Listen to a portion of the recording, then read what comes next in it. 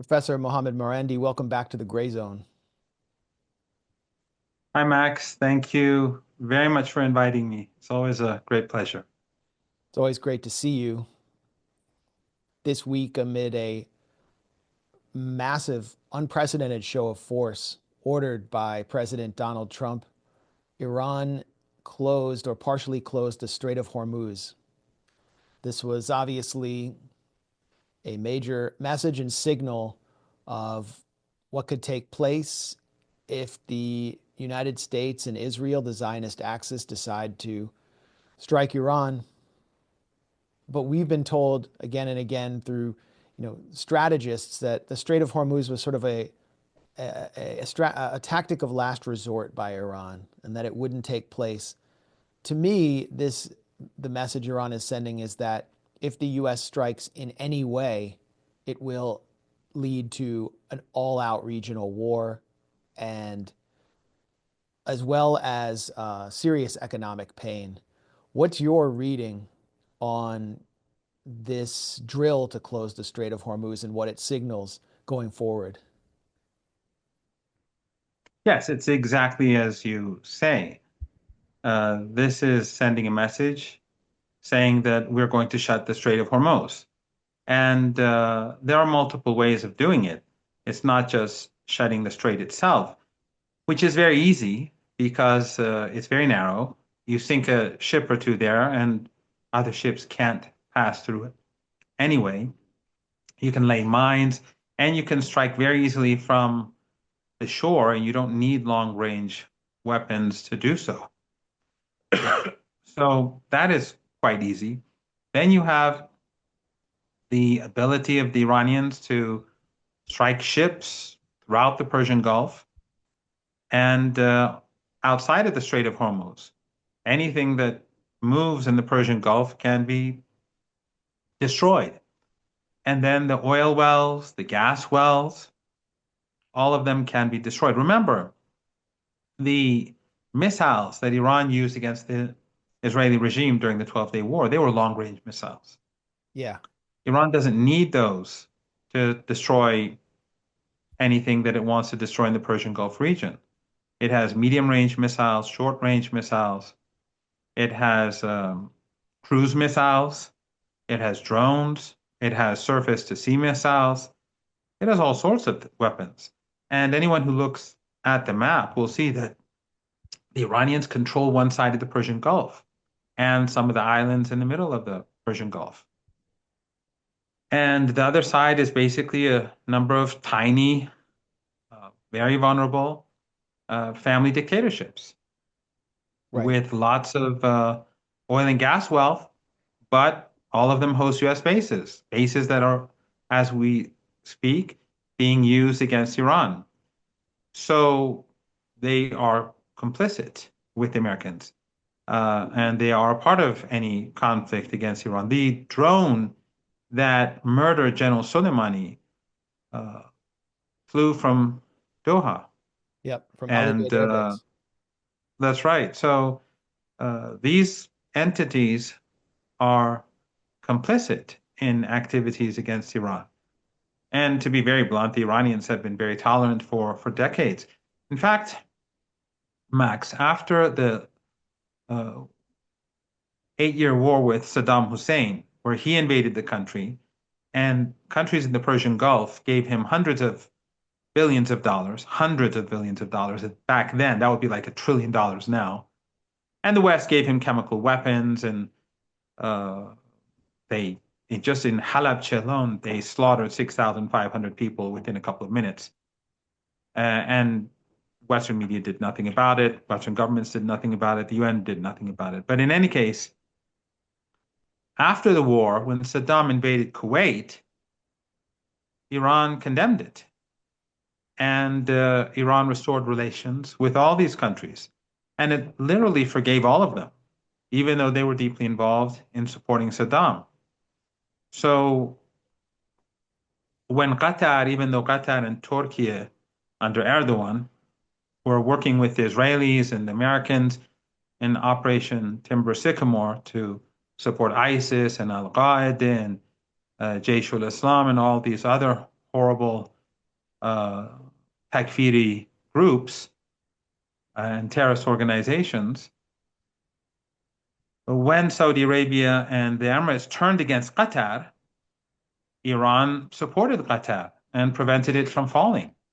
And then after things got better, Qatar again began to stab Iran in the back once again. So the point is that if you look historically, the Iranians have been far more tolerant than to these entities than I think normally countries would. And of course, this runs against the whole narrative of Iran. But of course, in the West, the narrative on Iran is all ridiculous.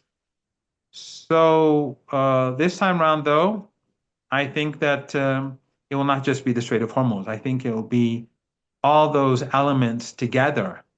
And that will mean that there will be no oil or gas coming from the Persian Gulf or from the Caucasus and the entire uh, West Asia for a very long time. And that would bring about, I believe, a global economic crisis, probably worse than 1929. And the same would be true with the United States, even though the United States is self-sufficient, but that won't help the consumer. Those who are producing the oil will make money for a few days, a lot of money, but the consumer will pay the price. Factories will shut down, businesses will shut down. And then, of course, when everything shuts down, the price of oil will collapse too. And so even those producers will probably, in the long run, rue the fact that Trump carried out a war. So it will not end well for anyone. And uh, yet, Trump, I think, uh, there's a strong possibility that he will carry out this war, basically because the Israelis want it and the Zionist lobby in the United States wants it. And their priority is Israel. Their priority is not the American people. Of course, Iran will strike back at US bases and at the Israeli regime and at the US Navy, obviously. But I think the biggest pain that will be felt will be the blocking of energy exports and any sort of imports as well, which this area consumes a lot of goods, as you know. Yep. But I don't. I think under those circumstances, these small family dictatorships may not survive. So Ali Larjani, who is a advisor to the leader of Iran, to the leadership of Iran, was in Oman and he was speaking with the Gulf states, presumably about the stakes and the consequences that they could potentially face if war was ignited by the U.S. and Israel. And yet they seem still willing to allow the U.S. to operate at the Al Udeid Air Base and other air bases.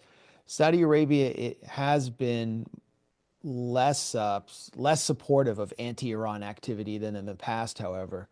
But what is the role in these states, Qatar, Saudi Arabia, also Turkey, in obstructing the U.S. drive for war? And why haven't they been able to do more, given that they're clearly aware of the consequences that you just outlined?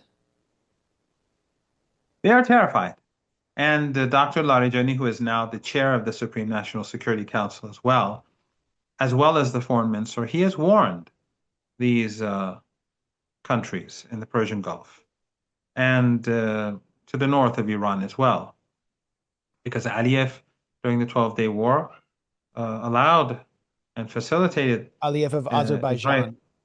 Yes, he facilitated the airstrikes in northern Iran. So they have all been warned. Yet these are weakened proxies of the United States.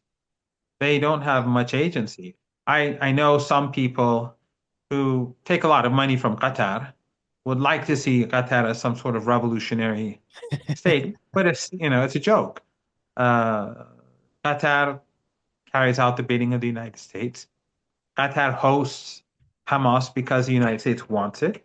And Qatar and Turkey, they never support Hamas or the Islamic Jihad in their defense of their lands. what they do basically is they give scholarships to different people. It's public diplomacy. It has a it gives them a good image, but they don't do anything real for the Palestinian cause. In fact, these countries have tried very hard over the years, along with a lot of people on the payroll who live in the West, actually, who pretend to be big fans of Palestine, but who have been supporters of ISIS and Al Qaeda and the U.S. Dirty war in Syria for a very long time. And George Galloway is now living in exile, but none of these people are living in exile. People should wonder why. But these people and these governments have always been trying to create a division between the political wing of Hamas and Iran. That's always been their agenda. I know some of these people who have been doing that. They travel around the world. They go to Malaysia and Indonesia, and they talk more about the evils of Iran than they do about the evils of Israel, quite often. So they will not do anything that goes against U.S. interests. There's no doubt about that. Turkey, too, it's not going to. We know that it continues to transport oil from Azerbaijan uh, to the Israeli regime, even throughout the genocide. And Turkey now is beginning to feel the heat. They destroyed Syria at the behest of the United States during the Dirty War to the benefit of Netanyahu.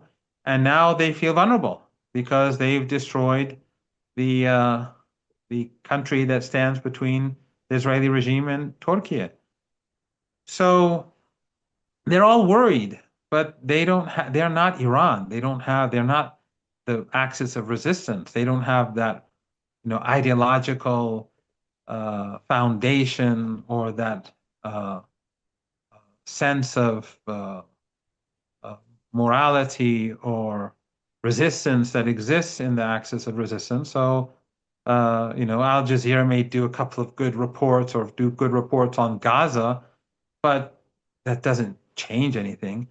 Um, so yeah, I mean, you can't, none of these entities have but they could have theoretically, but they chose not to.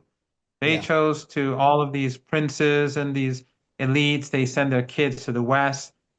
I'm sure many of them have, there's a lot of dirt on all of them. They're not very highly spoken of, many of these people. And we already see in the Epstein files that that very little that we've seen, there are elements within the Persian Gulf uh, that were very friendly to him.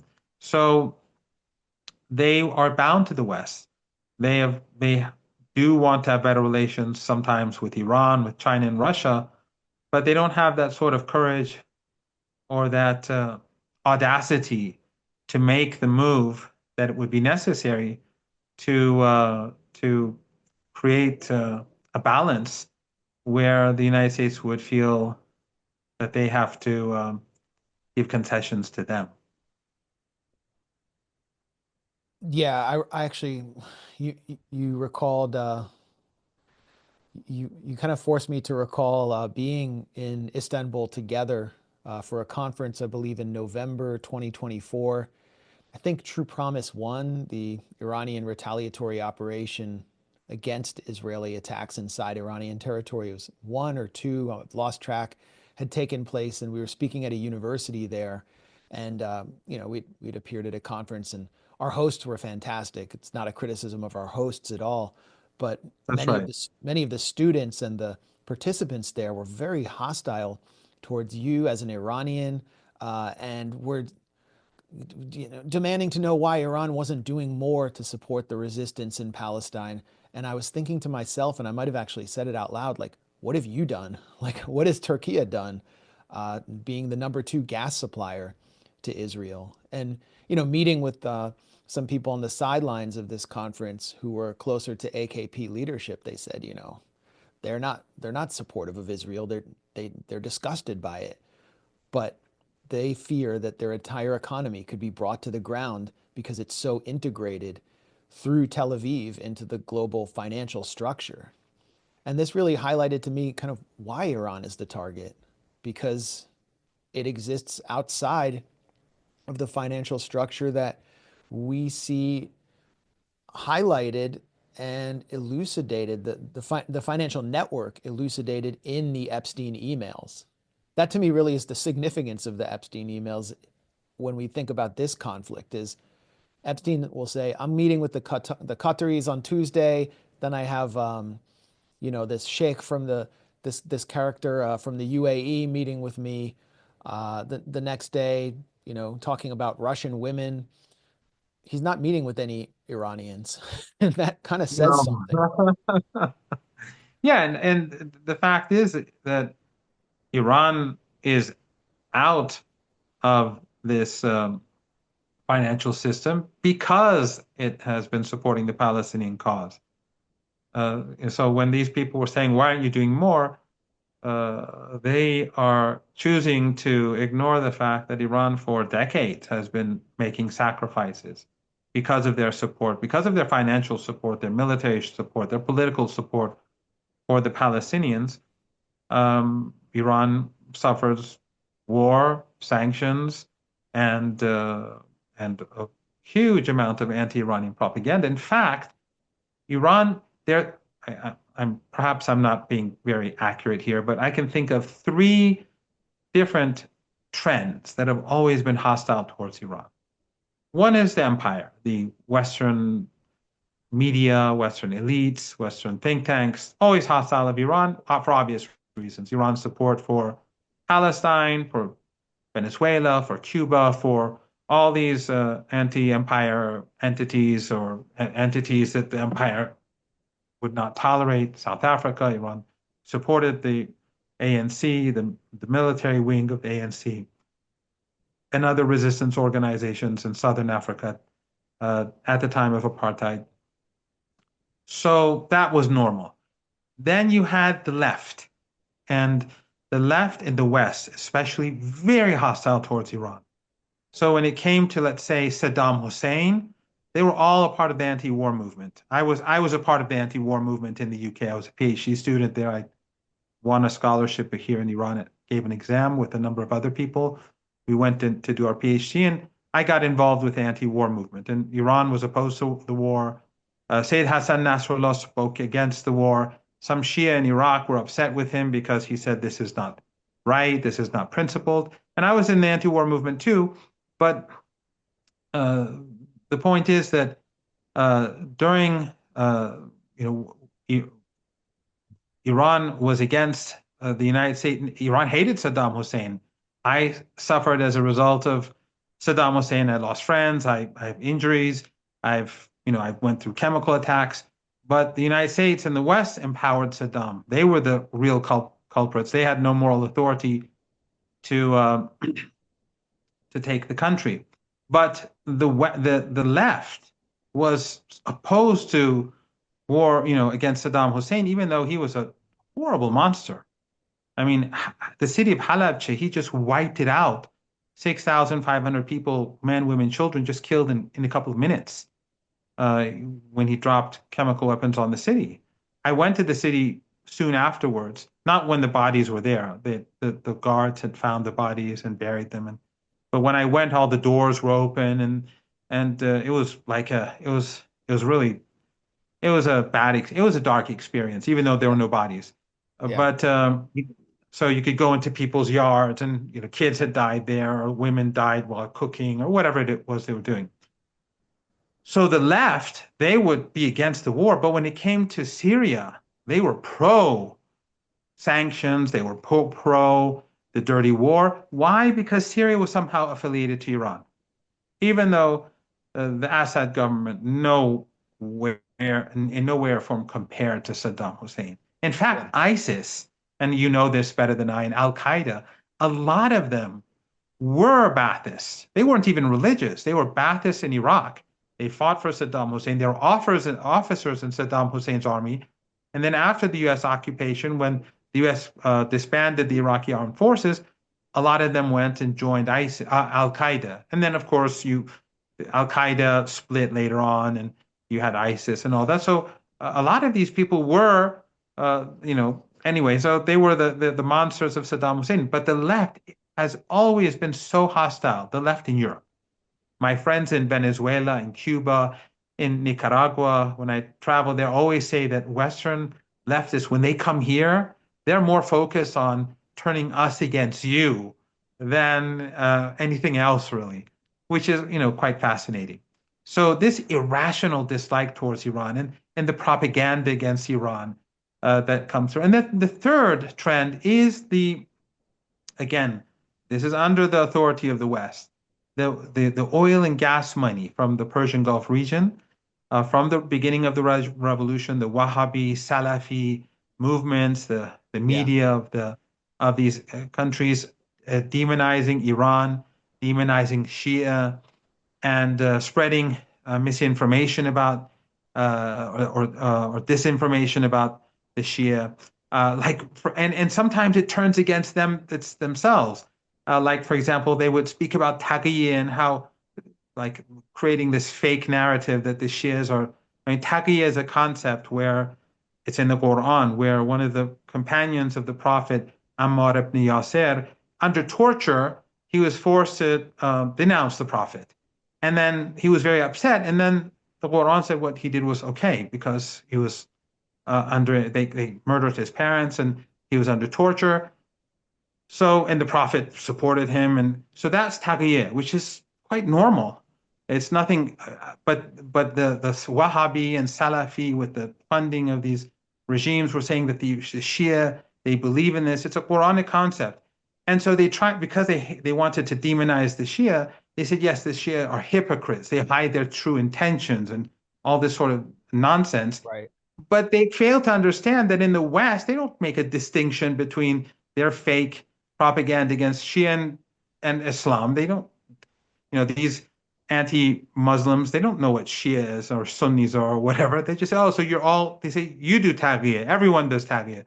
So it backfires against them too. So in a way, or for example, more recently, and I'm sorry if I'm sort of going on and on, but more recently, after the Epstein files, you have all this, in order to sort of counter what is happening and this destruction of the myth of Western democracy and Western values and all that with what's being leaked.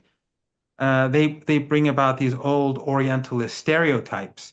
The prophet married a child, or which is nonsense. I mean, the myth about Aisha, one of the prophet's wives, they say she was a child. She was 10 years younger than her sister Asma, and Asma was 27 at the time of Hijrah. So she was 17 and she married after Hijrah. So she married at an ordinary age.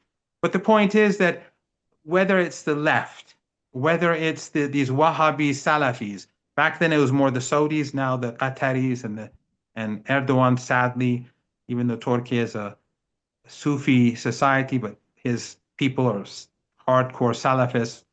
And in any case, the point is that this disinformation and misinformation and anti-Iranian propaganda and this hostility comes from different sources.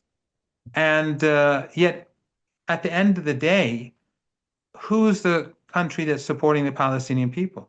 Who's the country that's made sacrifices all these years? Which country has been attacked? Which country is now being threatened?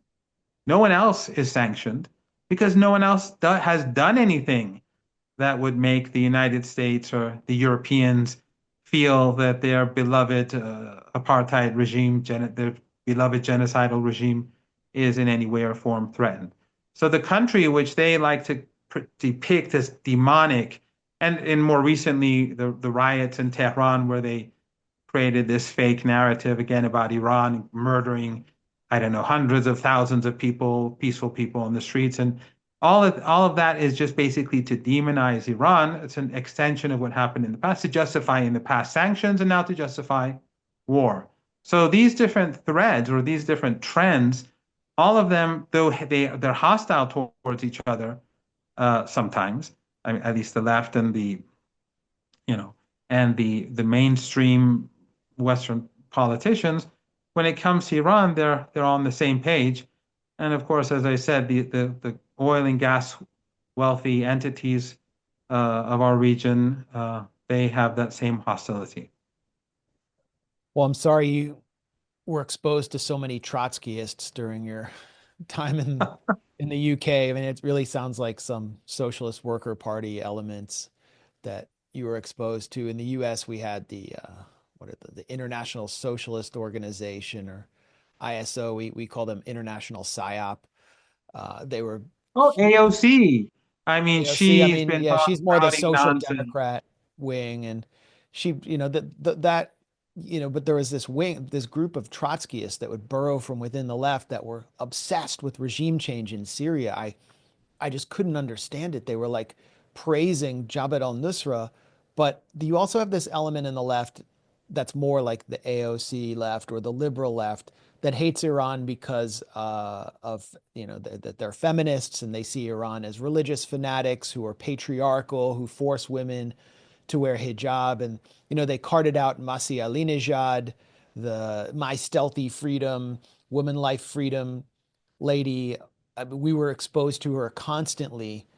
Her, the lady with the hair was like a Yeah, yeah, yeah. fixture on TV sets here for like the last 2 months. But now that Trump has airlifted all of these bombs and brought, 1/3 of US naval assets to Iran, she's disappeared because she did her job. And it's like, we Oh, don't yeah. need you anymore. Max, all these people, they are partners in war. They are partners in crimes. These people who, they demonize Iran, yet they say, "Oh, well, I'm against war." No, through your demonization, through your dishonest narratives on Iran, through your lies, you've helped justify war. That's exactly what they wanted. The whole riot episode in Iran, I mean, the evidence is out there. The Secretary of Treasury admitted that this was the plan to bring down the currency and get people on the streets. Then Pompeo, the Mossad, um, Channel 14 of Israel. Pompeo again in an interview on Channel 15 or 13, I don't remember. All of them were admitting that, the Mossad was there, the CIA was there. They brought in the arms. They had killed hundreds of police officers, and the images were out there, and but they were inflating the numbers even while there was no internet, and they couldn't have known because the objective was to demonize Iran and to legitimize, supposedly legitimize, even though it was their dirty operation. It was they who were responsible for the deaths. And so they would inflate the numbers in order to justify war. And then now some of these people are like saying, well, you shouldn't have war, but they've helped prepare the grounds for war through this dishonest, through repeating these dishonest narratives. And then when the Iranians gave out the official numbers, the names of all the people who died, their ID numbers, all their details, these people have failed to give all extra names to show that there are 5,000, 600, 7,000, 100,000 people dead. But Western media, whether it's The Guardian or uh, Breitbart, whether it's Fox News or it's the BBC, it doesn't make a difference. When it comes to Iran, they're all the same. It's like the Salafi Wahhabi Takfiris who are allied with the West, and these leftists and the establishment, as I was saying earlier. All of them are more or less the same when it comes to Iran.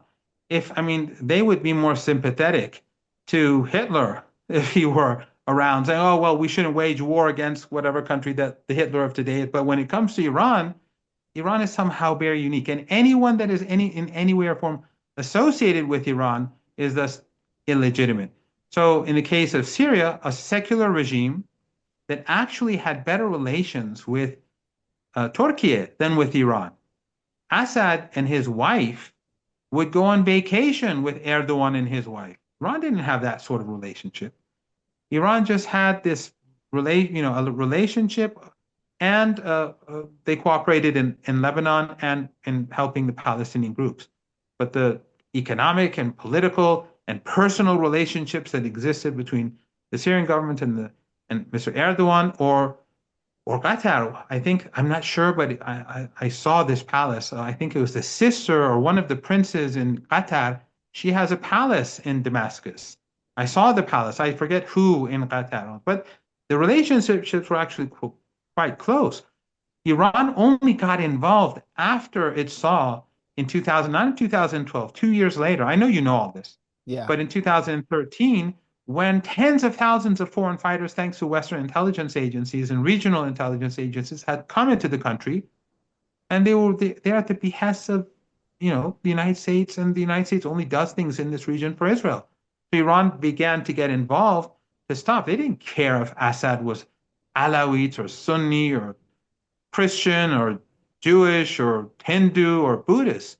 They were against the CIA and the United States being able to gain a foothold in Syria, which they got. And now Turkey is nervous, as they should be. They brought this upon themselves. And the region has been weakened thanks to aiding and assisting the U.S.-Israeli plan.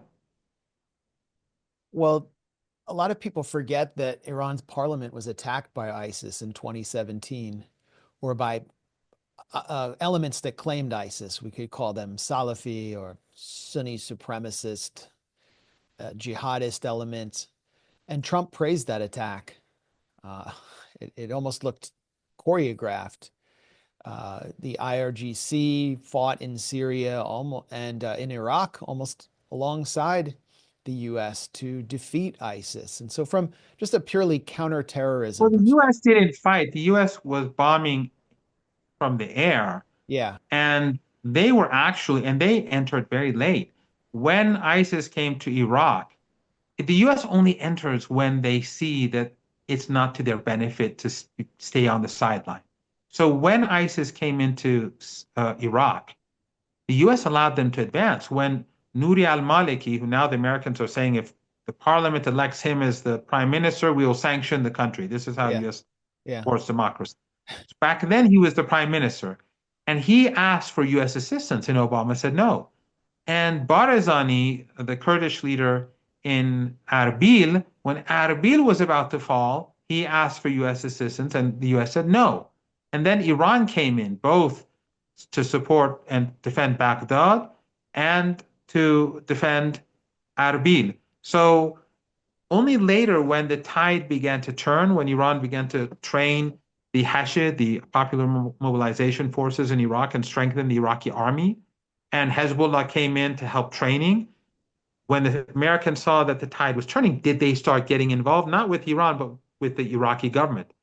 And I was in Mosul the day when it was liberated. The Americans had bombed just discriminately homes and schools and the university, I recall, being completely destroyed.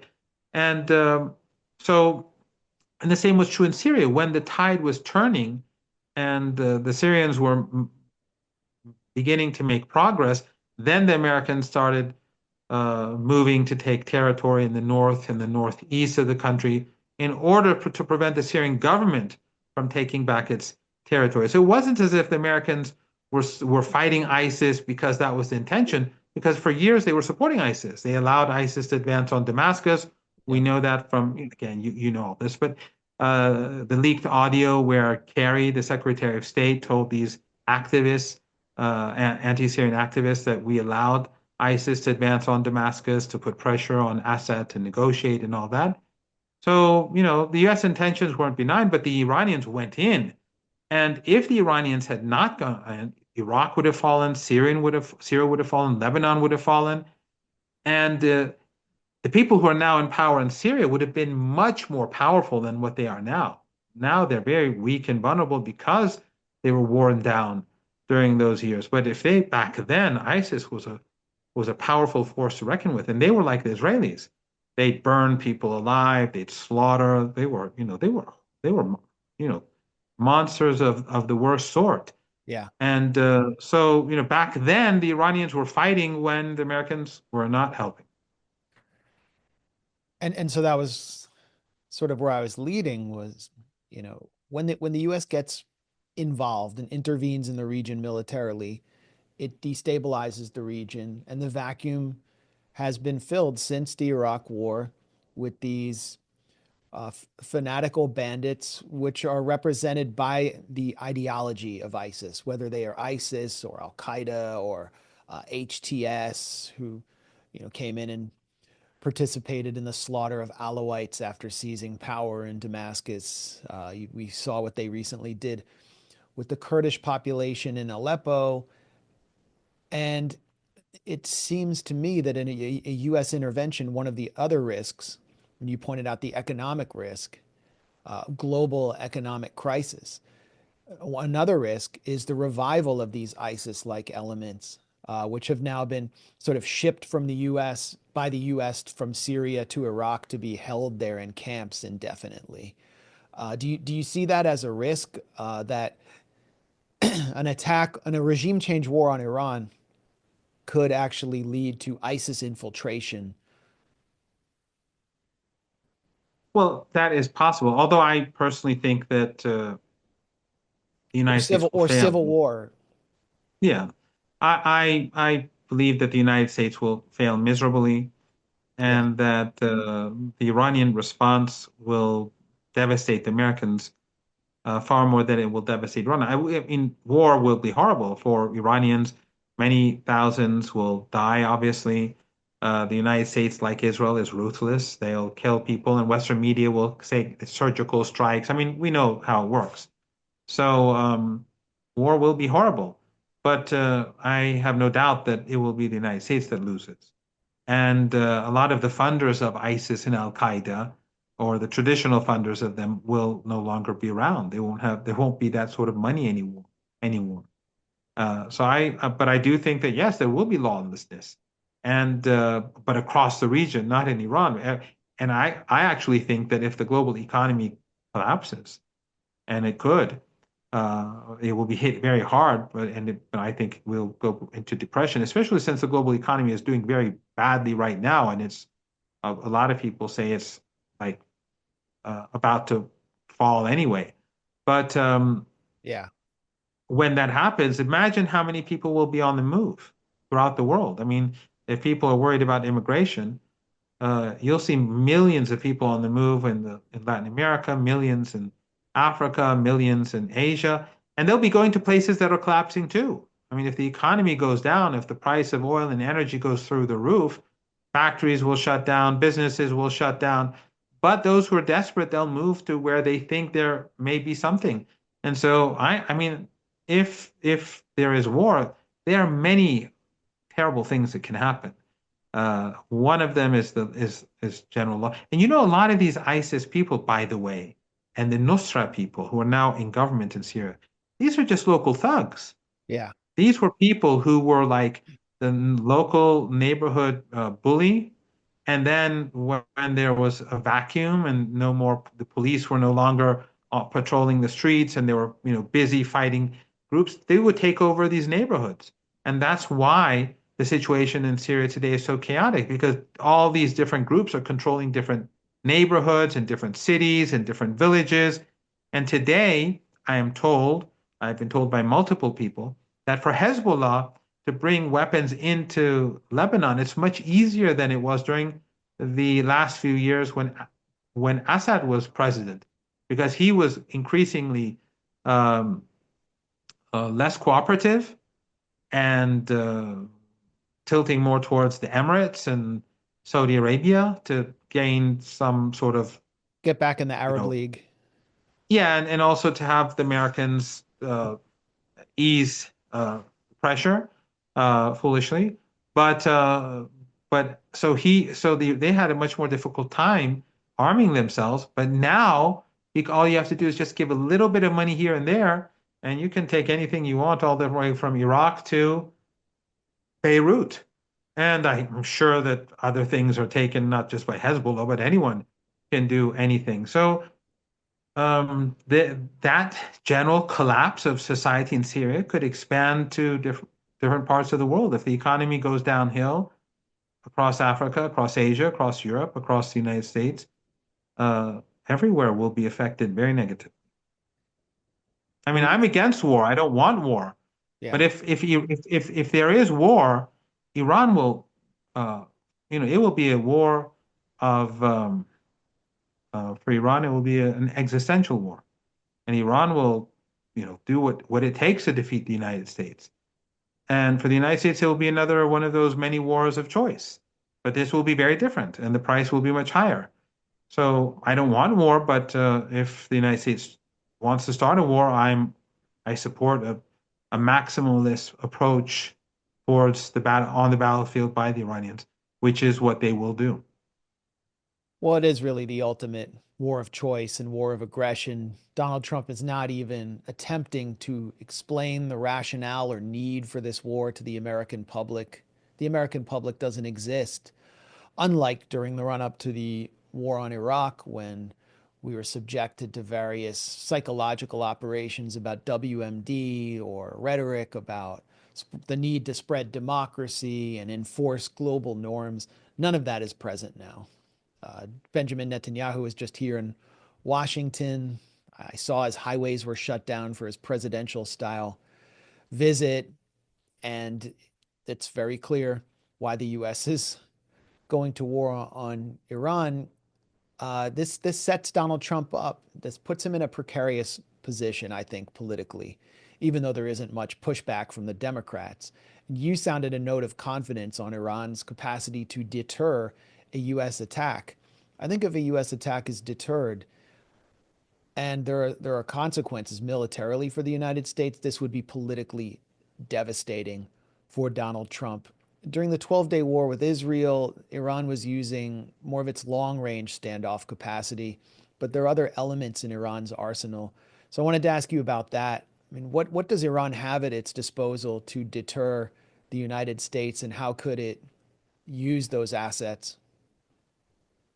The people think a lot about the ballistic missiles, the hypersonic missiles that Iran has, which Iran has far more many than they think in the West. And they're more advanced today than they were a few months ago.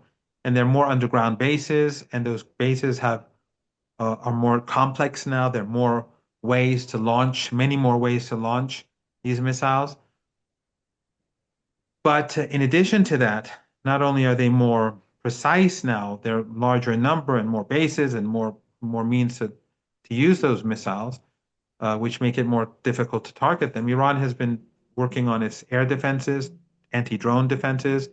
So, for example, recently a number of helicopters came in from Russia. One of the things that they're very good at, those helicopters, is dealing with drones. So if Americans and the Israelis use drones, those helicopters will be uh, very helpful. But so the Iranians are, in many ways, they're working on their defenses. But the real issue, Max, is that the Iranian defenses that are directed towards the United States are offensive capabilities. First of all, Iran's military doctrine has shifted. Shifted from defensive to offensive. And I think that is huge. Second, Iran's real offensive capabilities are not directed towards the Israeli regime. The Israeli regime has always been a sideshow. It's not a threat to Iran. The threat to Iran is the United States. Israel is a tiny regime that's completely dependent on the West. And Iran in the 12-day war, even though they in the US carried out a blitzkrieg attack, Iran forced them to seek a ceasefire. But Iran, ever since the United States took Afghanistan and Iraq, and Bush called Iran the axis of evil, and then said all options are on the table, and Obama did the same, the Iranians began to develop a major defense capability. And so you have lots of underground bases with medium range missiles and short range missiles, which are much larger in number, very accurate, and very easy to move around. You don't need these big launchers. And Yeah. then large numbers of drones, hundreds of thousands of drones, which can take out anything. And the other side of the Persian Gulf is, the sensitive targets are clear what they are. If you take them out, then everything, it's all over. Yeah. So, and then you have cruise missiles, which are not used against the Israelis that much, but in this region, it would be very effective. Anti-ship missiles. You have Iran's Navy, which is designed for asymmetrical warfare. And you have submarines, and you have, I mean, what the Iranians can do in 2 or 3 days, the first 2, 3 days of war in the Persian Gulf region, without even using those long-range missiles. is far, far more devastating and would be far more devastating than um, not taking into account what the targets are, than what they did to the Israeli regime. And then when you look at the sensitivity of the targets, the oil of the world, the energy supplies of the world, oil and gas in the Caucasus and the Persian Gulf and across um, West Asia, then the devastation is just beyond imagination. Again, it's not something I would want to see because it will affect everyone. It will affect people in the southern tip of Argentina or Chile or in South Africa or in New Zealand. It will, faraway places will be affected because when the energy crisis hits, it hits everyone. But if these countries, these entities, these tiny regimes, Qatar and the Emirates, uh, they're complicit. They host U.S. bases. As we speak, as I said earlier, the U.S. is using these bases to prepare for war against Iran. And then imagine, Max, let's say Qatar with a population of like 350, 400,000 and a few million foreigners. If if this happens, who's to say that the regime will stay? Or the Emirates, which has a population of 1.3, 1.4 million, and like 10 million foreigners, which are mostly male adults. Why would anyone be confident that the ruling family regime will stay in power? Or in any of these other um, family dictatorships. So Trump is playing with fire. The same is true with Azerbaijan, another dictatorship, which has assisted the Israeli regime against Iran already. So this is something that would, and then you have the added element that I forgot to mention, and that is Iran's regional allies. They will be a part of this war. The United States already had a 7-week war with Yemen. They were lost. Yemen today is far stronger than back then. They've been developing their missile and drone capabilities. The Iraqis, they said they will be involved. This is a country of like 45, 47 million people. The resistance there is, Iran's allies there are huge in number. Iran's allies won the recent election there. And then we saw recently, a few days ago, like an underground missile base in Iraq being footage of it being shown, basically showing how sophisticated their capabilities are. So this is not a war that Trump can manage. And again, one side is going to be fighting for its survival, and the other side is going to be fighting a war of choice at a time when the Epstein files is uh, eating up the credibility of the ruling elites.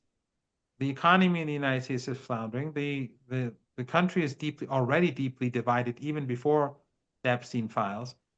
And I don't believe at all for a moment that even if there's a false flag operation carried out to sort of help carry out a war with Iran, which is quite possible in the coming days or so, some false flag operation will happen somewhere. But I don't think that Trump can carry the American people.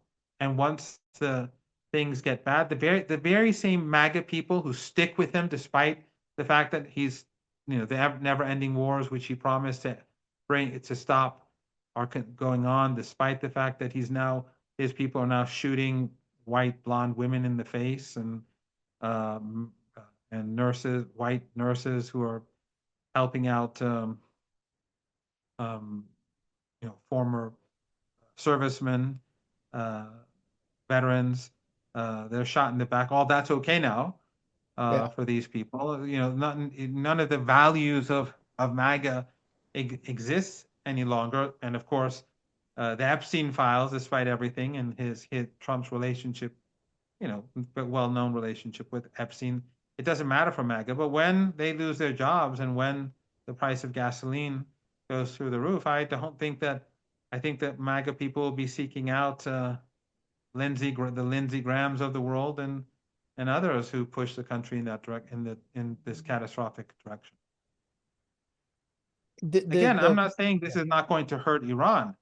Yeah. War is devastating. I hope there's no war, but if there's war, the Iranians, this, you've been to Iran. The Iranians are deeply influenced as Shia, by the culture of Ashura, by Imam Hussein, by his sister Zainab, and the supporting the oppressed and fighting against the oppressor. And that's why they support Venezuela. That's why they support Cuba, which is a communist country. That's why they supported apartheid South Africa. That's why when the Venezuelan economy was collapsing a few years ago, the Iranians went to their aid because it's a part, and that's why they support Palestine. Even though in Palestine, you know, the Erdogan people, Qatar, the Saudis, and others have for decades been trying to tell the Palestinians that the Iranians are your enemies, the Shia are evil, the Shia are horrible, they're not Muslim. But that never deterred the Iranians because of that ideological worldview. So the Iranians will be very steadfast on the battlefield with the Americans, and I have no confidence that the Iranians will fight to the finish, and they will not lose this war. But I don't want war. No one does. Well, the 12-day war began with this uh, surprise attack by Israel, which was undoubtedly a powerful blow that killed commanders in the IRGC who are, legendary within Iranian society that were playing essential roles in negotiations, designing true promise, Bagheri and figures like him Supporting the Palestinians. supporting the Palestinian. One of those commanders lived in a building that is walking distance from here. Walking, when I mean walking distance, it's quite a walk, but it's still a walking distance. And they were off Then maybe duty. let's say They were at home. they Nuclear were at silence. home and they killed everyone in the apartment building. Yeah. 65 people, like 20, 70 people, I think 25 kids, 25 or 30 kids. And then Western media was calling this a an intelligence coup and precision, surgical strike. They didn't care about the kids who were just thrown out of like their bodies were found 30 meters away. But of course, why would they after what they've done and what they're doing in Gaza and what they do in Lebanon and what they do elsewhere? And of course, with the Epstein files, it's obvious that they wouldn't care. But in any case, yeah, you're right. They during the first day they hit hard, and these a lot of these commanders, yeah, but it didn't deter Iran, Well, not so for a building up to moment. my question, though, I mean, I would assume they're gonna if they launch an attack, they would try to go in the same way with an element of surprise and deal a devastating blow. We saw what the U.S. did in Venezuela, where it even apparently used an experimental weapon. Took out the communications systems, command and control systems of the Venezuelan military instantly and left them unable to respond. 32 Cuban officers were killed. So we've never seen a U.S. force posture like this against Iran, where they're just so clearly telegraphing their intentions. And I personally, even if Trump thinks he's using this just to strengthen his negotiating leverage, I don't see how he can find an off ramp without attacking, because the political pressure on him is so extreme from within the Israel first elements that surround him. So why doesn't Iran take the initiative? Why doesn't Iran launch a preemptive strike? Well, there are a couple of things here. One is, first of all, Iran is not Venezuela, and Iran's technological capabilities and military capabilities are indigenous for the most part. A lot of these high-tech capabilities were developed in Iran. But also after the 12-day war, the Russians and the Chinese, uh, their cooperation with Iran increased, and Iran put extra money into the military because, I'm sure you know, Iran's military budget is below average in this region. And yet, after the war, they put extra money in it, and the Russians and the Chinese cooperated more. Iran, of course, developed its own industry further. So Iran is not Venezuela, and the Americans will have a much, much, much tougher time. I would say that if you combine Vietnam, Iraq, uh, and all the other wars of the United States together, it won't be what they're going to face when it's Iran. We'll see. But but there's a moral issue here, and the West likes to pretend that Iran is evil and immoral, but Iran won't initiate a war because it's against its religious values, Yeah. and we don't initiate wars. Now, having said that, my understanding is that the Iranians have said that if they feel that an attack is happening, they will strike. So they're not going to wait till, this is my understanding, the Iranians are not going to wait till the bombs start exploding. As soon as they're convinced that something is happening, then they're going to go all out. And this, I think, is going to make it much more difficult for the United States. But the If they, reason why for Iran, yeah, I mean, Iran has a strong sense of morality, and contrary to what the West likes to say about Iran. During the Iran-Iraq War, you and I discussed this before, when Saddam Hussein, when Germans, the German chancellor, who was one of, German chancellors in general, all of them are disgusting for me. None of them have ever apologized for what they've done. I've survived chemical weapons, and I will know how awful they are. I've been to Halabja. I know the feeling of being in such a place. No, never has a German leader apologized for what they did to the people of Iran and the people of Iraq, and that is out of the arrogance of their sense of racial superiority, the elites in these countries. And it's not just the Germans; the collective West was behind all this. The Germans just did it. But everyone else allowed them to do it, gave Saddam military intelligence, other weapons, political cover, and all that.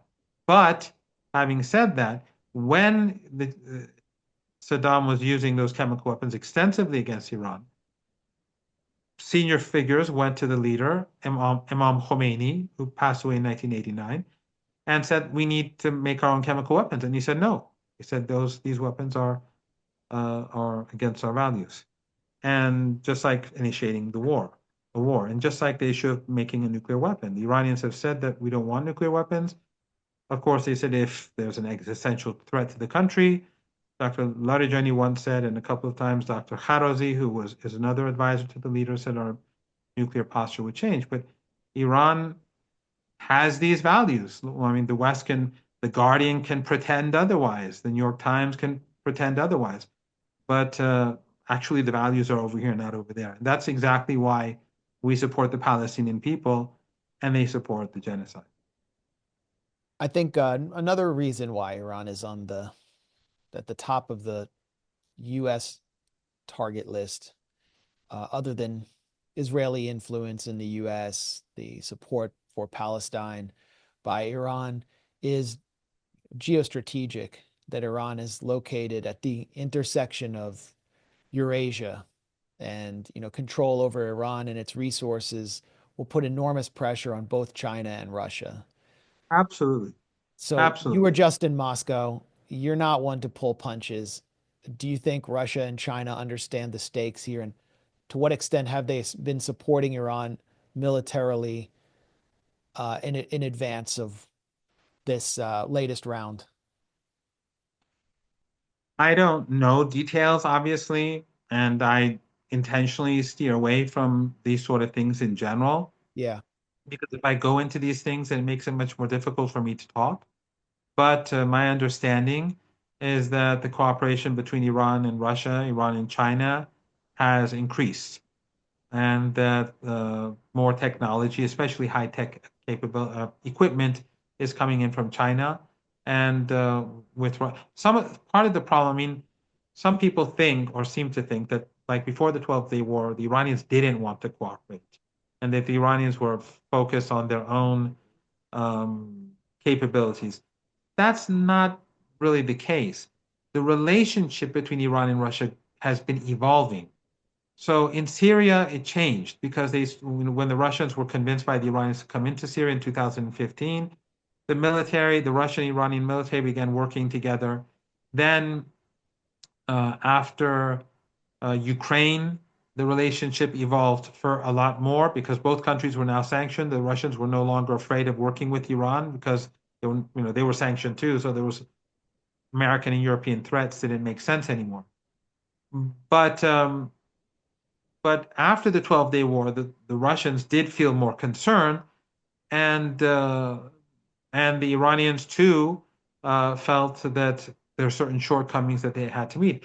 Also, there's an issue of budget. You know, the Iranians have a limited budget. The Russians have their own war going on.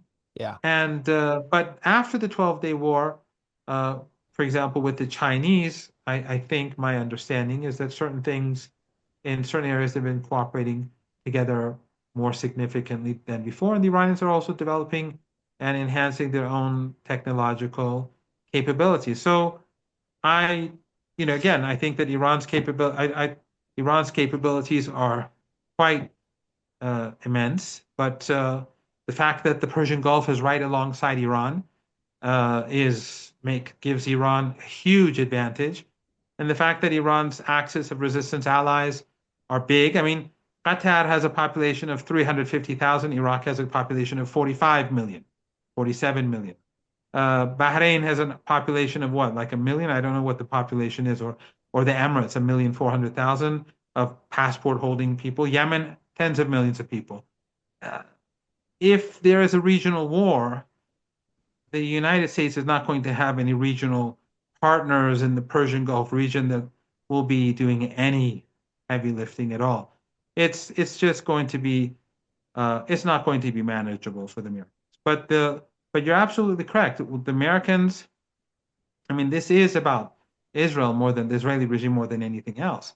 But this is also about the Israelis having creating an empire of sorts in West Asia and having control of the Persian Gulf. And Israel and the United States, if they have control over the oil and gas resources, then the Russians and the Chinese are in a much more difficult situation. So there is a good reason for the Russians and the Chinese to be cooperating more with Iran. You have been a fixture in podcasts, but also in mainstream media for years. And I remember actually the first time I saw you was probably on BBC during the 2010s, and you were jousting with an anchor and getting the best of the anchor who had, sort of trying to corner you and pigeonhole you.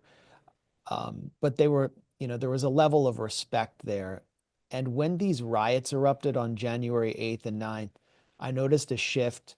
When you were brought on to Piers Morgan, he set up this ambush of you with this trashy monarchist Canadian woman, Goldie Gamari, who essentially she called for you to be, ISIS, chopped into pieces, ISIS style. And I saw the sort of background noise on social media from these opposition elements toward you in particular was very violent. I mean, they're violent that they threaten everyone violently. That you even saw Christiane Amanpour get screamed at by these characters and told that she was, washing the hands of Khamenei and so forth. So that's their character. But I was just wondering about, your experience during this period, and whether it affects your calculus going forward as being such an important voice from within Iran, and what it says to you about the nature of Western media and the opposition, these various elements that you confronted. Well, thank you for your very kind words. I don't think I'm very important. And fortunately, there are quite a few young people now, men and women in particular, who are increasingly active. You had uh, one of my young colleagues on your show a couple of times at least that I know of. And these are, Yeah. it's very encouraging that we have so many, self-confident young academics and other activists. They don't have to be academics, but I know the academics. That's why I mentioned them, who Right. are now active. So it's not like I'm a lone voice anymore. But yeah, I get lots of threats, and the threats are quite stunning, uh, and they come in the hundreds. But so a lot of them are bots and things like that, but they are quite stunning, uh, threatening children, threatening family members, threatening all sorts of crazy things. But and actually. on that Piers Morgan show, what was I decided never to go on Piers Morgan again, and because on the previous occasions I was also attacked by him and insulted by him. I mean, I invited him to Iran, and he on two occasions. I mean, and he basically said, "No, I'm not coming because you'll hand me over to people to take me as a hostage." Or like, who would care? Who would care to hold you as a hostage? I mean, who are you? But anyway, so um, so I decided not to go, and then his producer contacted me and said, "Yeah, I want we really need you on." And I said, "Okay, only if it's a one-on-one. Under no circumstances will I be, because others will just jump in like this mad woman." And they said, "Yeah, sure." And then as soon as I started talking, he brings in this woman who I didn't even know her name. I don't even know her name now. I Yeah. don't remember her name. I'd never heard of But her this, before.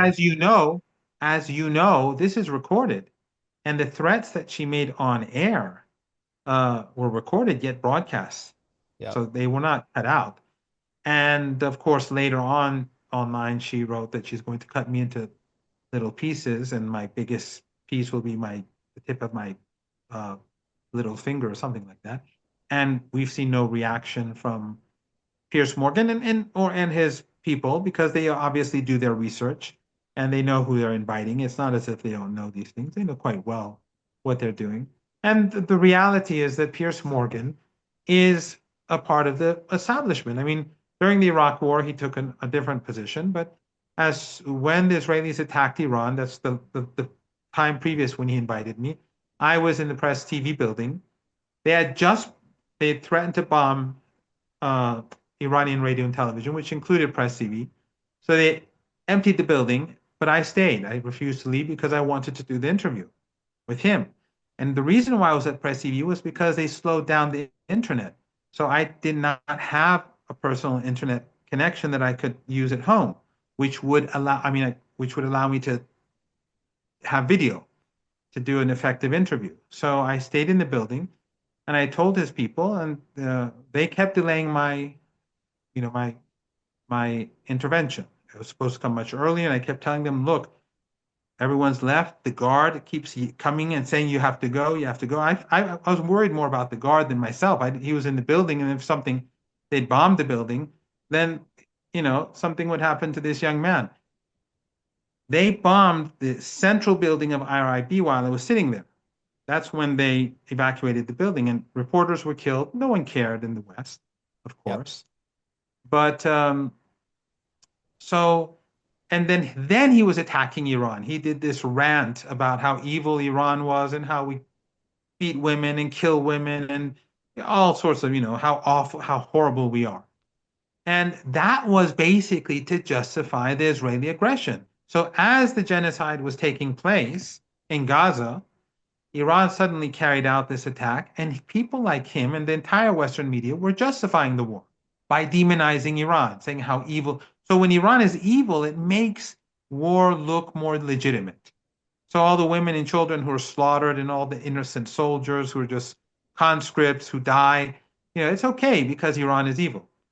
And so after that, I didn't want to go on the show again because it was insulting. I risked my, potentially, I did, potentially I took a risk by being on his show, and he wouldn't let me talk, and he just kept insulting Iran. So this time around, I decided not to go. I mean, I decided not to go again on his show. And then I said, look, I'll only do one-on-one, and then this happened. So the point I'm trying to make, whether was on this show, I did like a CNN with Amanpour, where she was hostile, or with on Channel 4, where the lady, I don't remember her, I don't know her name, she was very hostile too. And and other the fact is that they are there to they work for the Epstein class. Whether it's the BBC, which is state owned, or whether it's Fox News or CNN, doesn't matter. The narrative from the West is the same. And I think everyone now knows this. If I had said this 3 years ago, or you had said this 3 years ago, a lot of people would have said, well, But after Gaza, I think it's clear as day. And now, for example, by trying to attribute Epstein to Russia, and you see how all these media outlets and these senior people are making this ridiculous connection. It's clear the function of the mainstream media. So I don't take them seriously at all. I don't really care what they say. And when they insult me, it doesn't really bother me because I expect nothing different. I used to be surprised, but nothing, they don't surprise me anymore. I shouldn't have ever been surprised because after I went to Halabja in what was it, 1987, 1988? I don't remember exactly when it was. It was a while after the attack. And after I saw what I saw, and then, I'd already experienced one chemical attack before that, one came later. I should have understood because they brought Western journalists and nothing really happened. No one condemned Saddam. Or when they brought down the Iranian airliner that was flying from Bandar Abbas to Dubai and killed 290 people, the Western media collectively gave the US version of events, which was a complete lie. This was just an ordinary plane flying in its designated corridor. Everything was normal. They shot it down. They were lying. They said it left the corridor. It was moving towards the US ship. They could have asked Iran if they could have seen the radar. They could have gone to Dubai. They could have gone to Bandar Abbas. It could have been easily discovered. No journalist said anything about it till years later. Someone gave Newsweek the green light to give the true version, which was the Iranian version. So back then I should have understood this, but it took me a while to really understand that this was not just ignorance and that sort of thing. It went far beyond that and goes far beyond. Well, But yeah. while I don't watch Piers Morgan and I didn't watch the show that you were on, I did see the clips that you retweeted and you were fantastic. Thank you. Well, they put me up against Israeli, a former IDF spokesman who played this essential role in manufacturing consent for the destruction of hospitals in Gaza, including by planting guns in Al Shifa Hospital. His name is Jonathan Conricus, and I'd been very much looking forward to calling him out for that. And it was kind of an unprecedented opportunity for me to confront someone who is directly involved in genocide. But at the same time, the way they present him on that show or in Western media in general is he's just an analyst who is being brought on to provide analysis of why the US needs to strike Iran. And to me, that is a scandal that goes to the heart of what's wrong with Western corporate media. Um, on the a related note, during the 47th anniversary of Iran's revolution, there were what were said to be unprecedented demonstrations and celebrations, bringing millions of people out. In many ways, it was a reaction to the riots that had taken place for 2 days the month before, which left something like 3,000 dead, according to official statistics. But we also saw some new messaging. Uh, I don't know if this is coming down from Iran's leadership or coming from just the supporters of the Islamic Republic, where effigies of the pagan symbol of Moloch and the pagan god Baal were burned as symbols of what you call the Epstein class.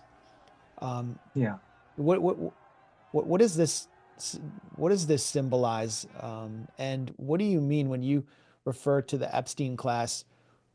Who are you referring to? Well, I wasn't involved in that. I actually saw that. And by the way, it, after the riots on the 9th and the 10th, and I think it was the 8th and the 9th, you know the Iranian calendar is different, so I sometimes confuse dates. The Thursday night and the Friday night. Yeah. On the Thursday night, they killed a lot of police officers. Yep. And on Friday, the Ministry of Intelligence, the guards intelligence, and the police told parents not to let their kids on the streets. And then there were street battles between these terrorists and the armed rioters and the police and after that it was quiet. So almost all of the 3,117 people were killed during those 2 days. 350 police officers, a lot of innocent bystanders, a lot of people were, burned alive by these monsters. I mean, they're like ISIS.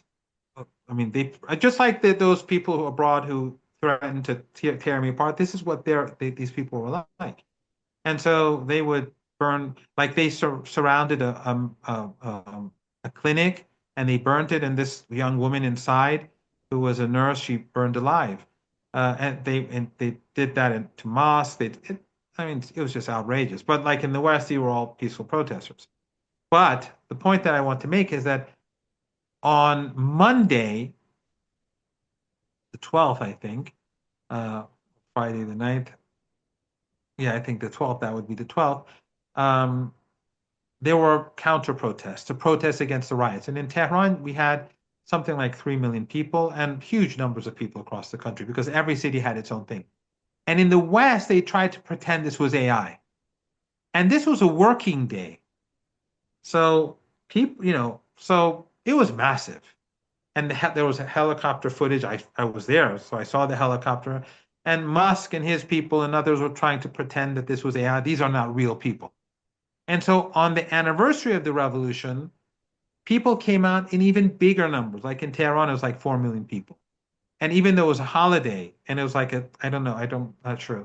My memory is horrible. Like it was a 3-day holiday. So a lot of people want to, it's a good time to leave the town, the city, or whatever, or their own cities because it was, again, across the country.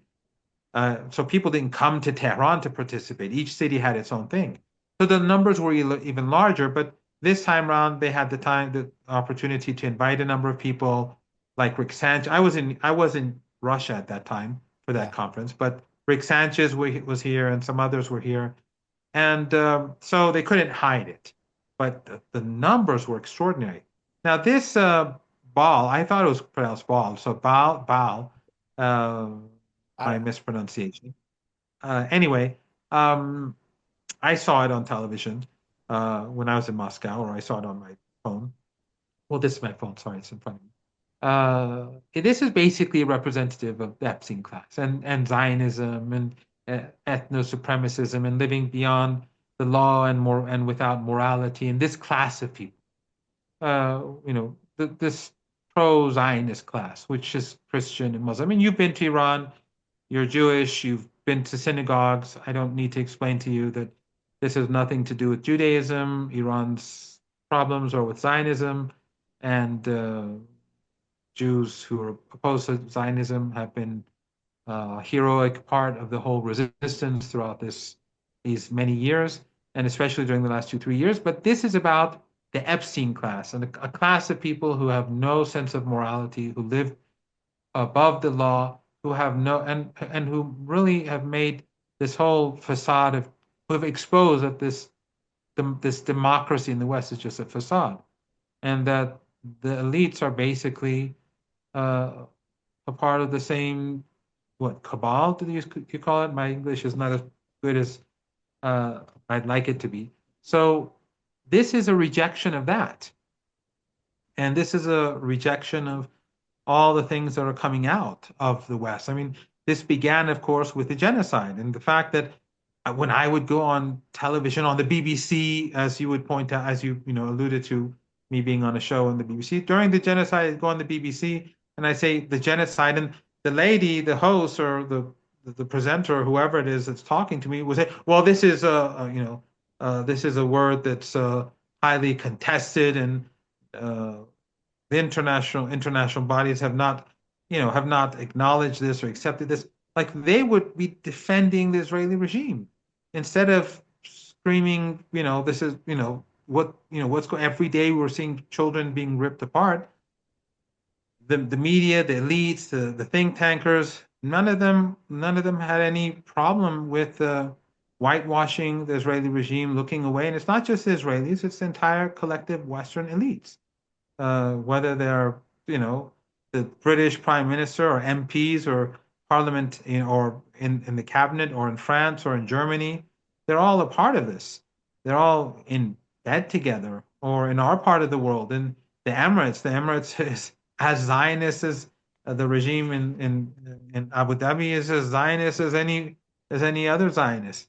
Doesn't this is, and we saw in the Epstein files how that what the head of the, the ports that are controlled by the Emirates, the he sent, I think, a torture video to Epstein, and or that lady who's a foreign ministry official introducing her daughter or whatever.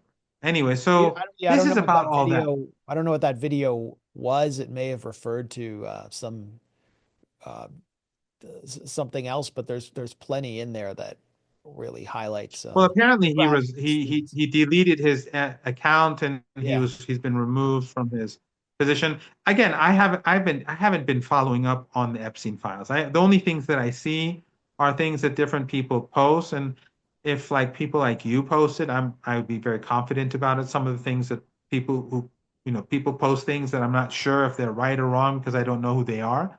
But in any case, this is about the whole this class of people who are at the top, yeah, whether it's the Bill Gates, or someone like Bill Gates, or any of these other, these people. This is what they were uh, protesting against. yeah. I really think we're at an inflection point for global capitalism where under Trump, it needs to grab everything it can and plunder everything it can before the money essentially runs out and it falls into crisis and begins turning on itself. That's why it targeted Venezuela. Cuba's being targeted, everything. They're trying I to mean, get, it's stunning. It's stunning that as you and I are speaking, there's a siege on Cuba. yep, Women and children are being deprived of food. And then they have the audacity to speak about Iran and, as they're about to attack Iran. And then no one talks about Cuba. no, No one says anything. it's a starvation And siege. this is, and what threat is Cuba to the United States? I've been to Cuba. You've probably been there more than I. I mean, they've impoverished the island, a really decent people, a very friendly people, and like, what threat is Cuba to the United States? Why are you starving them? And why is no one saying anything? How can you starve a nation? But that's done. The media says nothing. Yet they want to present Iran as some sort of evil entity so they can bomb it and kill more people. But they do it because of Israel. It's just, this is an upside down world that we live in today. And but the good thing is that a lot of people are waking up. People from different countries, different races, different religions, different walks of life, different classes. A lot of people are waking up, and that is something that should encourage us. We shouldn't be discouraged or depressed. We should just push harder and harder until uh, we bring about change. These are very, very dark times, but darkness should not make us depressed or discouraged. I think you're right. And I think Gaza has exposed everything. Professor Marandi, I've kept you for longer than I said you would. It's always a real joy to talk to you, and I always learn so much. Is there anything you want to add before we go? No, it's an honor being on your show. I learn a lot from you, and you are a hero, and so are your colleagues. And I'm looking forward to seeing your work in the coming days and weeks. And I'm confident that despite the very dark and difficult times that we live in, that because of the awakening of people across the world, that ultimately we will see better days. Thank you. We're just doing our job, and we'll look forward to having you back very soon, Professor Mohammad Marandi of the University of Tehran. Thanks for joining us at the Grayzone. Thank you.